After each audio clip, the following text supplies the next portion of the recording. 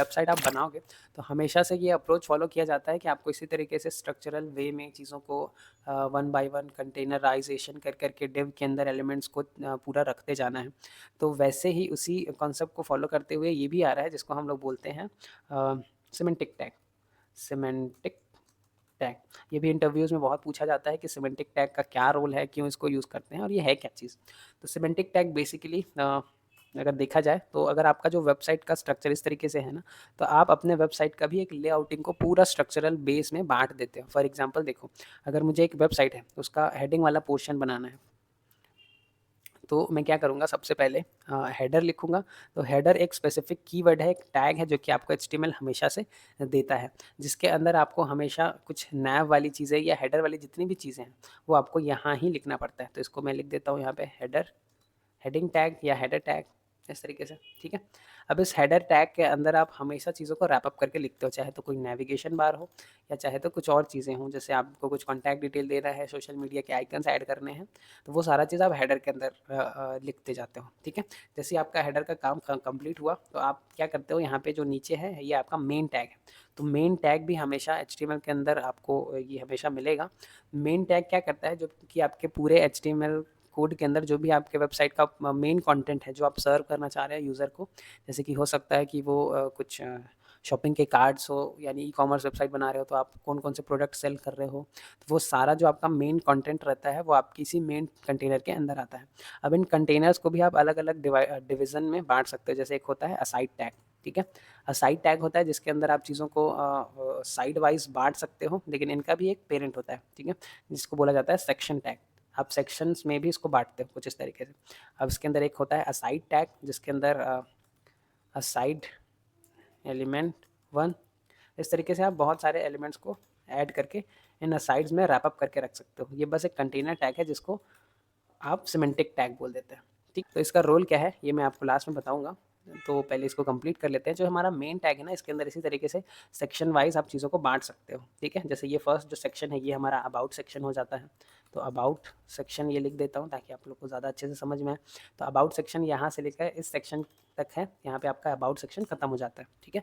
फिर आती है कोई गैलरी सेक्शन या कॉन्टैक्ट मी सेक्शन में आप कुछ फॉर्म दिखाना चाह रहे हो यूज़र को, या हो सकता है कि इसके इसके पहले मैं क्या करूँगा, एक सर्विस वाला सेक्शन बना लूँगा, सर्विसेज। तो ये सर्विसेज वाला सेक्शन हो गया जिसके अंदर आप यूज़र को अपने जो भी सर्विस आप प्रोवाइड कर रहे हो उन सारी चीज़ों को यहाँ पे ऐड कर सकते हो। तो यहाँ पे एक असाइड टैग या सेक्शन टैग ले सकते हो।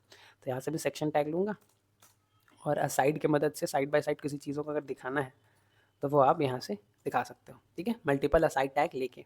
फिर जैसे ही आपका ये सेक्शन भी खत्म होता है, आप लास्ट में और कुछ सेक्शंस भी ऐड कर सकते हो और इन बिटवीन भी कुछ और सेक्शंस भी ऐड कर सकते हो। तो ये मेरा रहेगा कॉन्टैक्ट मी या कॉन्टैक्ट अस सेक्शन, कुछ इस तरीके से। और इसके अंदर मैं रखूँगा फिर से सेक्शन, ठीक है। अब इन सेक्शंस को ना फिर से कोई असाइड टैग में डिवाइड करते हैं और इसके अंदर जो भी और चीज़ें, जैसे मैं एक असाइड सेट के अंदर फॉर्म रखूँगा। यहाँ पे इनपुट के जितने भी फॉर्म्स हम लोगों ने पढ़े हैं वो इस असाइड टैग के अंदर रैप होकर रहेंगे, ठीक है। जैसे मेरा ये असाइड टैग का काम खत्म होगा, एक और असाइड टैग ले सकता हूँ और उसके अंदर मैं अपना कॉन्टैक्ट डिटेल शेयर कर सकता हूँ, कॉन्टैक्ट डिटेल्स कुछ इस तरीके से, ठीक है। तो इस तरीके से पूरा आपका एक वेबसाइट का जो हेडर और फुटर और पूरा हायरार्की जो फॉलो करते हैं ना, वो सब आप इन्हीं टैग्स की मदद से करते हो, ठीक है। तो ये स्पेशल टैग्स हैं जो उसी चीज़ के लिए बने हुए हैं पर्टिकुलर। तो जैसे आपका मेन टैग यहाँ से लेकर यहाँ तक खत्म हो जाता है, अब मेन का काम यहाँ पे खत्म हो गया, तो आपका जो लास्ट वाला पोर्शन बचता है उसको बोलते हैं फुटर टैग। तो ये फुटर टैग लिटरली दिया हुआ है ताकि आप फुटर के जितने भी कंटेंट हो, जैसे प्राइवेसी पॉलिसी या और कॉपीराइट टेक्स्ट जो होता है, वो सारी चीज़ों को आप हमेशा फुटर के अंदर ऐड करते हो, ठीक है। तो इसको मैं कर देता हूँ फुटर सेक्शन, कुछ इस तरीके से। तो ये आपका वेबसाइट का जो हेड वाला पार्ट है वो हेडर संभालता है। मेन के अंदर आप जितने भी बॉडी वाली चीज़ें हैं जो कि मेन आपका प्रोडक्ट का या कुछ भी वेबसाइट का कंटेंट आप सर्व करना चाह रहे हैं, तो वो सारी चीज़ों को मेन टैग के अंदर ऐड करते हो। फिर आपका लास्ट में आता है फुटर टैग। तो फुटर टैग के अंदर आप वेबसाइट के अंदर जो भी एक्स्ट्रा पेजेस होते हैं उन सारी चीज़ों का इन्फॉर्मेशन सिर्फ और सिर्फ फुटर टैग के अंदर रखते हो।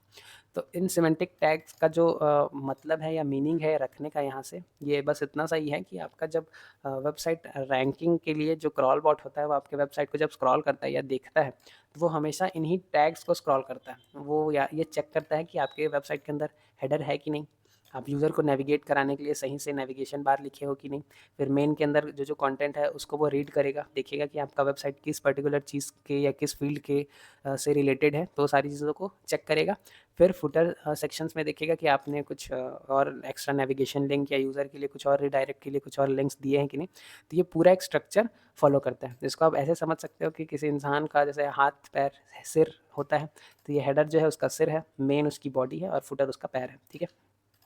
तो अगर आपको इस रेस में, इस वेबसाइट की रेस में भागना है, तो आपका पैर होना चाहिए। अगर यहाँ से फुटर हटा दोगे तो आपका पैर ही नहीं रहेगा, मतलब आप वेबसाइट जो है थोड़ा डिसेबल हो गया, ये आपके दूसरे वेबसाइट से कम्पीट नहीं कर पाएगा। तो बस इसी टर्मिनोलॉजी से आप ये कनेक्ट कर सकते हैं इन चीज़ों को, कि आपको हमेशा जब वेबसाइट आप बनाओगे तो ये कंपोनेंट आपके वेबसाइट के अंदर होने ही चाहिए। ये अगर मिसिंग है मतलब आपका वेबसाइट रैंकिंग के लिए रेडी नहीं है, या हो सकता है कि अच्छा परफॉर्म ना करे। तो आज बस इतना ही, देखते हैं, मिलते हैं नेक्स्ट वीडियो में।